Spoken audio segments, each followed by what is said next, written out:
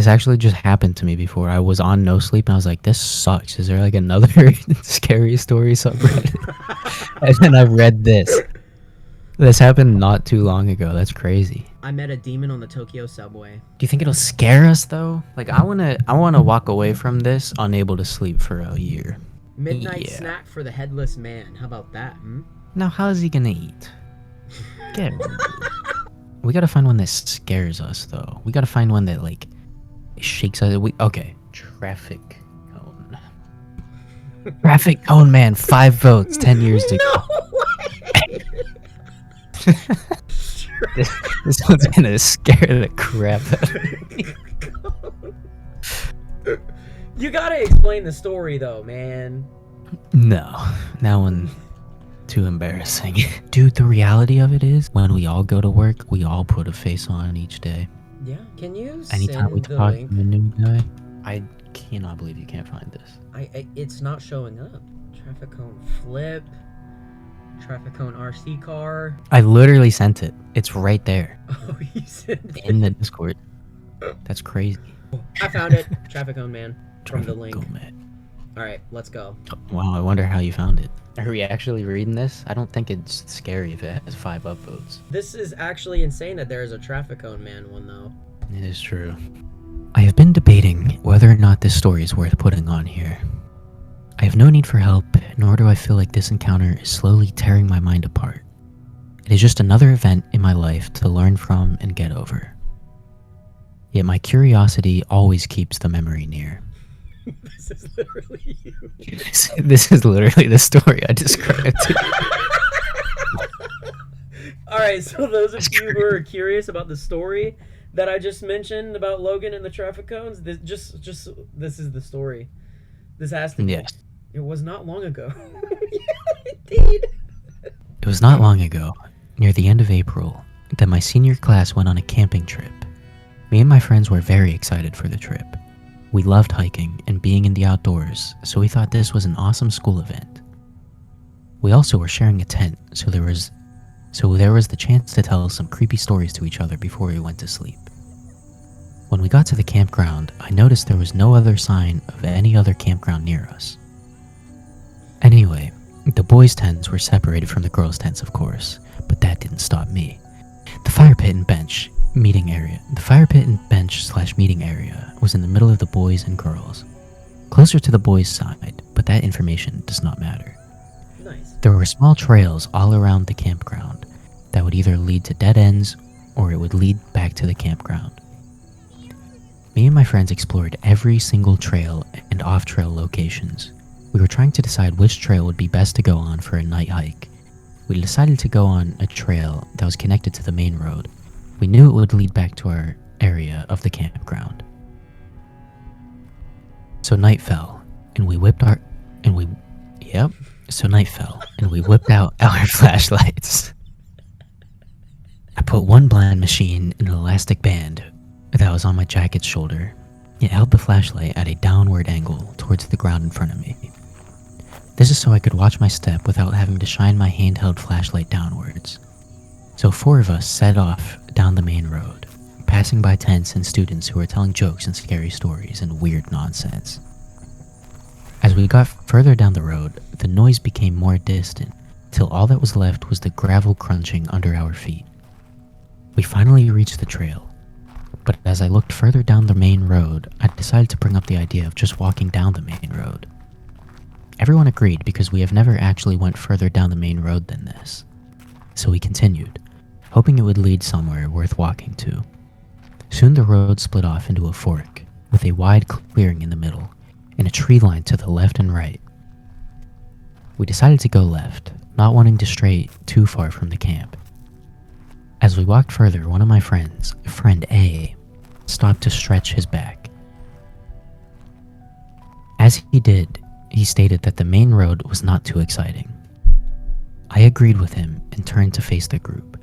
Friend B was staring off into space, literally, and friend C was looking into the tree line next to us. He then shined his flashlight into the forest. What is that? Friend B turned their attention to the forest and shined their flashlight too. At this point, I turned and shined mine in the general direction. I didn't bring my glasses to the camp, so I could not see very well, but I could make out something within the forest. This was typed for you, Logan. I think I made this 10 years ago. What the heck? This is crazy. All right, go ahead. It looks like some sort of traffic cone. Maybe there's something under it? I squinted and tried to get a different angle, but I could not see anything. I heard a small rustle come from its general direction, along with a hint of some movement. Backed up. I'm sorry. What? Just literally. Like if that walk I went on was with you guys would be friend A, B, and C, and then this would be me telling the story. Like you guys being able to tell it's a traffic cone, and me just being like, Wait a dude, minute. what? I think I see movement. What am I seeing? I heard a small rustle come from its general direction, along with a hint of some movement. I backed up a little, but still tried hard to get a look. In the corner of my eye, I noticed my friends had suddenly turned off their flashlights. I did so with mine too, thinking maybe they did not want to alarm the whatever animal was there. I noticed they were quickly walking away. I took one last look into the forest before shrugging and making a quick jog to catch up with the group. I walked with them, looking around at the darkness surrounding us. I noticed my friends had a frightened expression. I soon realized what was happening. They were trying to get away from something. I looked back over my shoulder and around.